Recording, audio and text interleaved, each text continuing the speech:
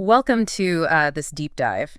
We're diving into Renaissance Florence and the Medici family. You know, Lorenzo de Medici, the Magnifico, and the Medici Bank. And you've given us some great sources here, some leaning into Lorenzo's achievements and others raising some questions, some serious questions about how he operated. Okay, let's unpack this. Well, what's intriguing is that the Medici weren't royalty. Yeah. They built their power on finance and influence, essentially ruling Florence for generations. And their story is really intertwined with the very essence of the Renaissance, a period of just incredible artistic flourishing and just constant political maneuvering. Yeah, and all this is happening in a city-state like Florence, a place brimming with art and culture and powerful families, all kind of vying for control, right? Yes, the Italian peninsula was a complex web of city-states. Yeah. All trying to outsmart each other while also navigating the influence of the papacy. Imagine a chessboard where every move has these major consequences. Oh, yeah. High stakes. And into this world steps Lorenzo de Medici, born in 1449. And he wasn't just born into power, he was groomed for it. Absolutely. His education was entrusted to, leading humanist scholars like Marsilio Ficino, who really deeply influenced Lorenzo's understanding of philosophy and politics. It's fascinating to see how that early intellectual foundation shaped his later actions. Yeah, but he wasn't just a politician in the making. I was struck by how these sources highlighted his talent for poetry and diplomacy. Yeah. He was clearly a man of diverse talents and ambition. Yeah. But family duty called early, right? When his father died in 1469, Lorenzo, at just 20 years old, had to assume control of the family and consequently Florence. Wow. Yeah. It's remarkable how he stepped into that role at such a young age. Absolutely. And his marriage to Clarice Orsini that same year, I mean, that was no accident. Precisely. Right. The marriage was a strategic masterstroke, solidifying Medici ties to powerful Roman families and, crucially, to the papal court. This wasn't just a love match. It was a calculated move to consolidate power. Absolutely. And unlike his grandfather Cosimo, who maintained a more traditional Republican facade, Lorenzo really adopted a princely style. Right. It's almost blurring the lines between personal rule and Republican ideals. This shift in style, this embrace of a more overt display of power, set the stage for some dramatic events. For example, the Pazzi Conspiracy in 1478. Yeah. Yeah. A huge turning point. It's almost unbelievable that rival families, with the backing of the Pope himself, would attempt to assassinate Lorenzo during High Mass at the Florence Cathedral. The sources detail the audacity of this plot. The Pazzi family, fueled by envy and ambition, sought to eliminate Lorenzo and his brother Giuliano. And while Lorenzo survived, Giuliano was tragically killed. This wasn't just a family feud, it was a challenge to the Medici dominance with the Pope himself involved, showing really the stakes of power in Renaissance Italy. Oh, yeah. This attack could have easily broken Lorenzo, but it seems to have had the opposite effect. Indeed. The Pazzi Conspiracy really forced Lorenzo to solidify his grip on power. It pushed him into a more assertive, even ruthless leadership style. So his response was remarkable. Instead of retreating, he took a huge risk. He traveled alone to Naples to negotiate peace with King Ferrante, who had supported the Pazzi. This diplomatic mission was incredibly risky. It was a gamble that could have backfired spectacularly. But it paid off. Spectacularly. Lorenzo successfully broke up the alliance against Florence, securing its independence and cementing his reputation as a shrewd diplomat and a formidable leader. This wasn't just diplomacy. It was a power move that demonstrated Lorenzo's willingness to take bold risks to protect his position. Wow. Now let's talk about Lorenzo's patronage of the arts. It's often portrayed as a golden age, but some sources suggest there was more to it than just a love of beauty. That's where it gets interesting. While Lorenzo undeniably supported artists like Botticelli and Michelangelo, the sources reveal that his relationship with Botticelli was primarily through Lorenzo's cousin. It was with Michelangelo, who lived in the Medici household, that Lorenzo had the most direct artistic connection. Interesting. So perhaps not the straightforward patron-artist relationship we often imagine. Exactly. We need to consider whether Lorenzo's patronage was solely driven by artistic appreciation, or if it was also a calculated way to elevate his image, legitimize his power, and project this aura of cultural sophistication.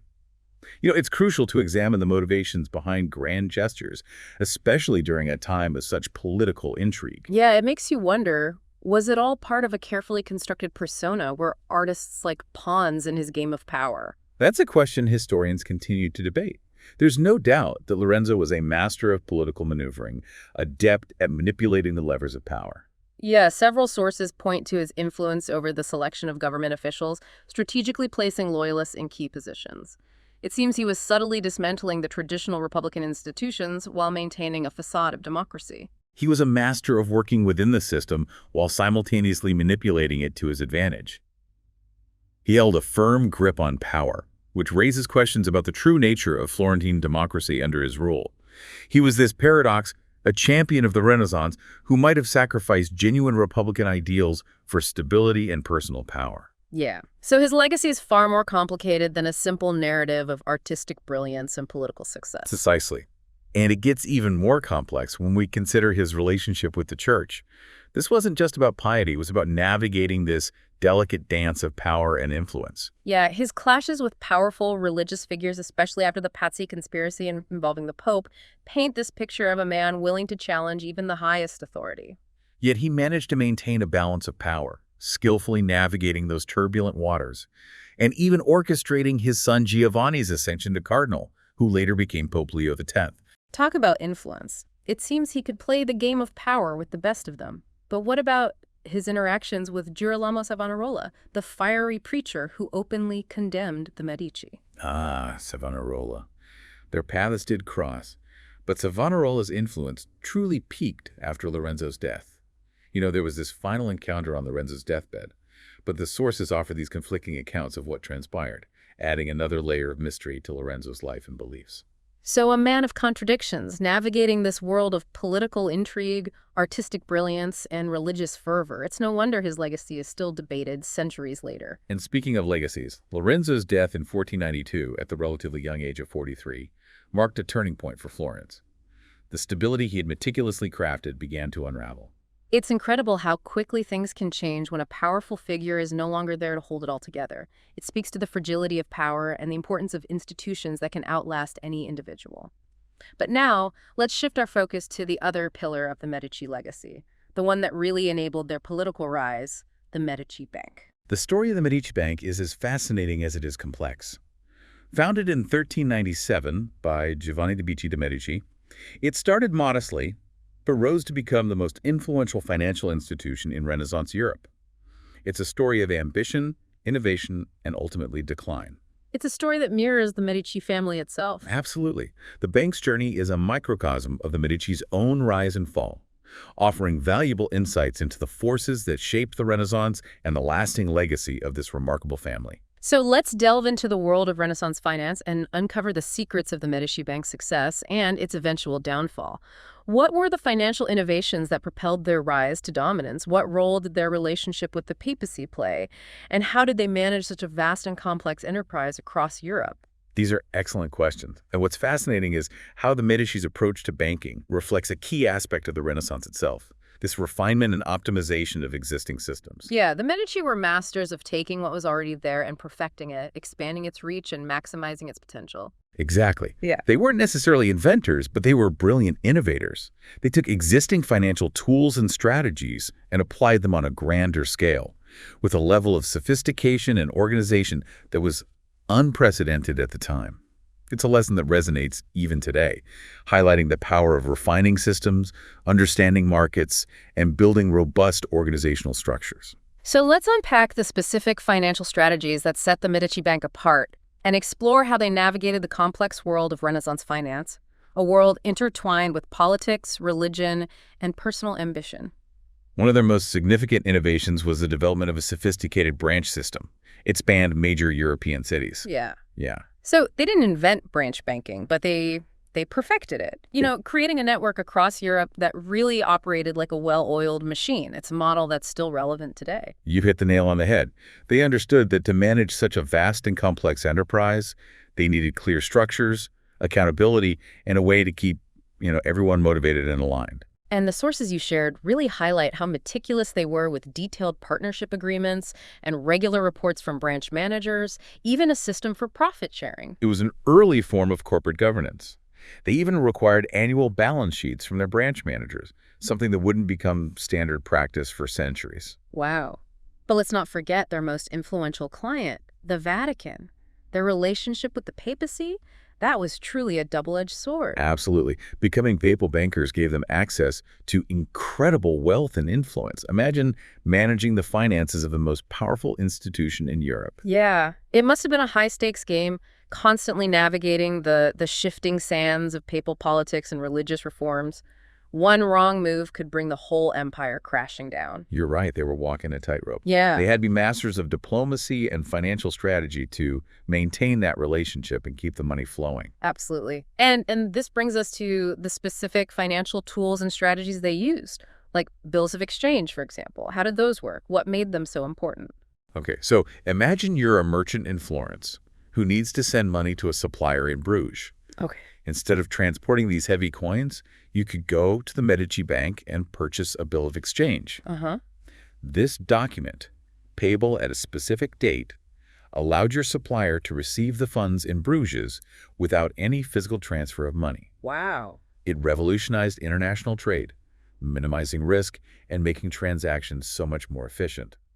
It's essentially an early form of the checks we use today, but on an international scale. That's fascinating. It's like the Renaissance version of a wire transfer. And what about this idea of disguising interest? The sources mention it as a key strategy for the Medici, but it sounds a bit shady, doesn't it? It might seem that way now, but at the time, the church really frowned upon charging direct interest. Okay. So the Medici cleverly disguised their interest charges within the exchange rates for different currencies. They were masters of manipulating these rates, ensuring they profited from every transaction without technically violating church doctrine. It's incredible how they found these loopholes within the system. Oh, yeah. They were playing the financial game at a whole other level, but if they were so successful, what led to the Medici Bank's decline? Well, no empire lasts forever. Right. They weren't immune to the forces that were reshaping Europe. Political instability, wars, and economic downturns all took their toll. They also made some bad loans that significantly hurt their bottom line. It seems that even the most brilliant minds can't predict every twist and turn of the market. Were there any internal factors that contributed to their decline? Yes. Perhaps the most significant factor was a shift in focus by later generations of the Medici. Okay. They were less interested in the day-to-day grind of banking and more drawn to the allure of political power and artistic patronage. Yeah. It's a familiar story, isn't it? The founders build an empire with grit and determination, but their successors, they can't always resist the temptations of wealth and power. They lose sight of what made the family successful in the first place. Exactly. It's a reminder that even the most powerful institutions are vulnerable to internal decay and shifting priorities. The Medici Bank, once the envy of Europe, eventually succumbed to a combination of external pressures and internal weaknesses. But the bank's decline doesn't erase its impact. They left a lasting legacy on banking practices, establishing standards for international finance, partnership structures, and financial record-keeping that influenced banking for centuries to come. Yeah. Their story provides valuable lessons for anyone interested in understanding the history of finance and the dynamics of power and influence. Now let's circle back to Lorenzo. One source argued that he was a master manipulator who masked his authoritarian tendencies behind a cultivated image of artistic sophistication. What are your thoughts on that perspective? It's a fascinating argument. There's no denying that Lorenzo was incredibly savvy when it came to crafting his public image. He understood the power of art and culture to bolster his political standing. He carefully cultivated this persona, emphasizing his love of art, literature, and philosophy, which helped him gain popularity and deflect criticism from those who questioned his methods. So was it all just a facade? Was his patronage of artists like Botticelli and Michelangelo just a cynical ploy to consolidate his power? I wouldn't say it was entirely cynical. Okay. While he certainly used his patronage to enhance his image and legitimacy, there's also evidence to suggest he had a genuine appreciation for the arts. Remember, Michelangelo practically lived in the Medici household. Right. It's that Medici paradox again. Yeah. It's hard to disentangle genuine appreciation from calculated political strategy. It's like trying to separate the strands of a beautifully woven tapestry. Each thread contributes to the overall picture, but it's difficult to isolate one without disrupting the whole. Exactly. Yeah. And that's what makes studying this period so captivating. Yeah. We're forced to grapple with these complexities, to acknowledge the nuances and contradictions that make up human nature and historical events. We can't simply categorize individuals as good or bad, selfless or manipulative. Their motivations are often a blend of both. It's true. And we have to be careful not to impose our modern values on the past. We might be tempted to judge Lorenzo by today's standards of democracy and individual rights, but that wouldn't provide an accurate understanding of his actions. You're absolutely right. We have to try to see the world through the lens of Renaissance Florence, with its unique political and social norms. Only then can we truly begin to understand the forces that shaped Lorenzo's decisions and the lasting impact he had on Florence and the broader Renaissance. So how did Lorenzo, while ostensibly operating within a Republican framework, manage to exert such control over the Florentine political system? Well, he was a master of working within the existing system, subtly manipulating it to his advantage. He didn't abolish Republican institutions, he co-opted them, ensuring they served his interests. So instead of a blatant power grab, it was a more subtle and insidious erosion of democratic principles. Precisely. He carefully controlled the selection of government officials, placing loyalists in key positions. He also leveraged his family's wealth to influence elections and sway public opinion. The Medici were bankers after all. They knew how to use money to gain leverage and exert power. It was a long game, carefully cultivating relationships, strategically placing allies, and using their financial resources to really shape the political landscape to their liking. And it's crucial to remember that Lorenzo wasn't some power-hungry tyrant who reveled in crushing his opponents. Right. He genuinely believed he was acting in the best interests of Florence. But that belief in his own righteousness, that conviction that he knew what was best for the city, may have blinded him to the potential consequences of his actions. It's a classic pitfall for leaders throughout history. The belief that their motives are pure, that they know what's best for everyone, can lead to this dangerous concentration of power and the erosion of checks and balances. And while Lorenzo's rule brought stability and prosperity to Florence, it also laid the groundwork for future conflicts and instability. His story serves as a cautionary tale about the seductive nature of power, even when wielded with seemingly good intentions. But his story also highlights the complex interplay between ambition, political strategy, and artistic expression that define the Italian Renaissance. It's a reminder that history is never simple. It's a web of intertwined narratives, competing perspectives, and ambiguous motivations. And it's our job as engaged citizens and curious minds to unravel these narratives, to delve into the complexities, and to embrace the challenge of understanding the past in all its messy glory. Lorenzo's story, with its blend of political maneuvering, artistic patronage, and financial innovation, offers a glimpse into the vibrant and tumultuous world of Renaissance Italy. It forces us to confront the moral dilemmas and uncomfortable truths that often lie hidden beneath the surface of historical narratives. And it challenges us to consider the lasting implications of the choices made by those in power, choices that continue to shape our world in profound ways. Speaking of choices and their consequences, we can't ignore the Pazzi Conspiracy and its impact on Lorenzo. That event was a pivotal moment in Lorenzo's life. It not only revealed the fragility of power, but also exposed the ruthlessness of his rivals and the lengths to which they were willing to go to seize control. Imagine the psychological impact of surviving an assassination attempt orchestrated by your own family and supported by the Pope. Yeah. It must have been a deeply unsettling and formative experience. Did it harden him, make him even more determined to consolidate his power? It's hard to say for certain, but the sources suggest that it did push him toward a more assertive and some might say ruthless leadership style. He became less tolerant of dissent and more focused on securing his position. It's a classic case of fight or flight, and Lorenzo chose to fight, ruthlessly and effectively. It's important to understand that in the context of Renaissance Italy, political survival often required a degree of ruthlessness. Yeah. The stakes were high, and the competition for power was fierce.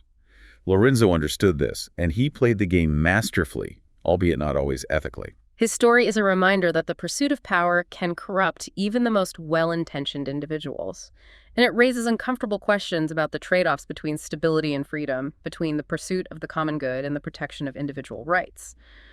These are questions that continue to resonate today as we grapple with the challenges of leadership, power, and the delicate balance between security and liberty. Lorenzo's story, while set in the distant past, offers valuable insights into the enduring dynamics of human nature and the timeless struggle for power and influence. It's a stark reminder that even the most calculated plans could be disrupted by unpredictable events, and the consequences can reverberate for generations. Yeah, it's true. The Pazzi Conspiracy, despite its failure, it really cast a long shadow over Lorenzo's rule, and it highlighted the precarious nature of power in Renaissance Italy. It's a reminder that even the most powerful figures are vulnerable to the ambitions and resentments of others. Absolutely. And speaking of ambition and resentment, it's interesting how the sources portray the relationship between Lorenzo and his younger brother Giuliano. There's a sense that there was some rivalry there, perhaps even a bit of jealousy. It's natural for siblings, especially those in positions of power, to experience some degree of rivalry. The sources suggest that Giuliano, while admired for his charm and charisma, may have felt overshadowed by Lorenzo's intellect and political acumen. Yeah, and Giuliano's tragic death in the Pazzi Conspiracy, that must have had a profound impact on Lorenzo, both personally and politically. Absolutely. Yeah. It not only robbed him of a brother, but also removed a potential rival, further consolidating his power and perhaps deepening his sense of isolation at the top. But let's shift gears for a moment and return to Lorenzo's legacy as a patron of the arts. We've talked about the political motivations behind his patronage, but can we say that he genuinely appreciated art and beauty? Or was it all just a calculated strategy to enhance his image and legitimize his power? It's a complex question, and the sources offer no easy answers. While his patronage undoubtedly served political purposes, there's also evidence to suggest that Lorenzo had a genuine passion for art and literature. Remember, this was a man who grew up surrounded by beauty, immersed in the intellectual and artistic ferment of the Renaissance. It's hard to imagine that he was entirely cynical in his support of artists like Botticelli and Michelangelo. Yeah, perhaps it was a combination of both. He saw the inherent value of art and its power to elevate the human spirit, but he also recognized its potential as a tool for political influence and social control. Precisely. And this dual nature of art, its capacity to both inspire and manipulate, is a theme that runs throughout history. Think about how art has been used to promote ideologies, glorify rulers, and shape public opinion. It's a reminder that art is never truly neutral. It's always embedded within a social and political context, reflecting the values and power dynamics of the time. And the Renaissance, for all its artistic brilliance, was also a time of intense political maneuvering, social upheaval, and economic transformation.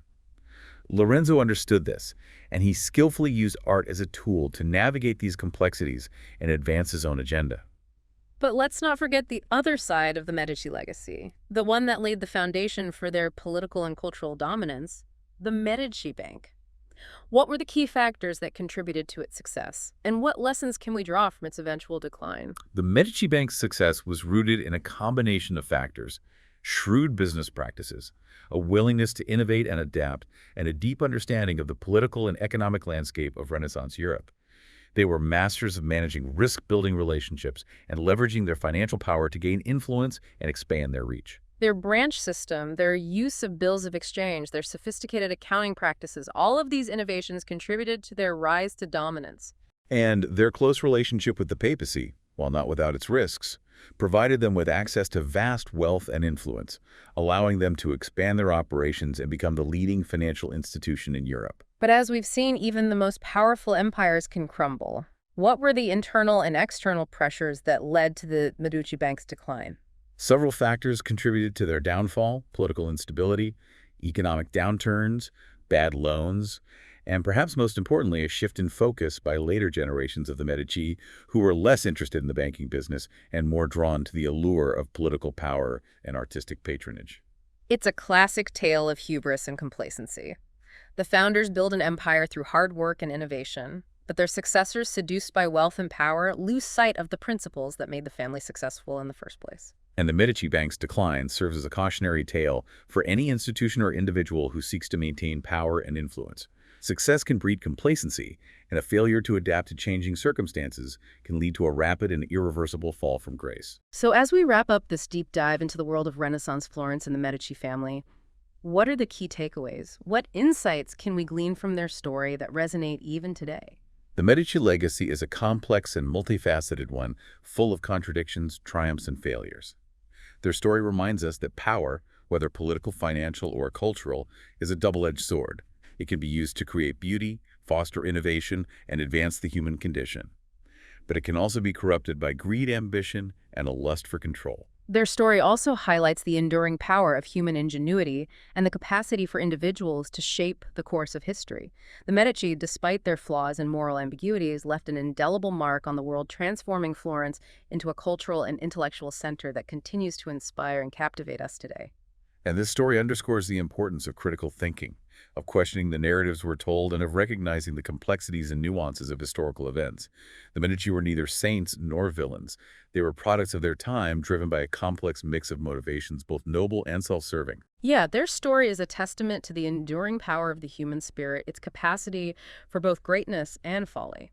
And it challenges us to grapple with the complexities of the past, to learn from its lessons, and to apply those insights to the challenges we face today. Ultimately, the Medici story is a reminder that history is not a static collection of facts and dates. It's a living tapestry, woven from the choices, actions, and consequences of individuals who, like us, struggled with ambition, power, and the search for meaning and legacy in a world full of possibilities and pitfalls. And on that note, we'll leave you to ponder the enduring legacy of the Medici and the lessons we can draw from their extraordinary journey. Until next time, keep those critical thinking caps on. And remember that the past, far from being a distant echo, continues to shape the present in profound and often unexpected ways.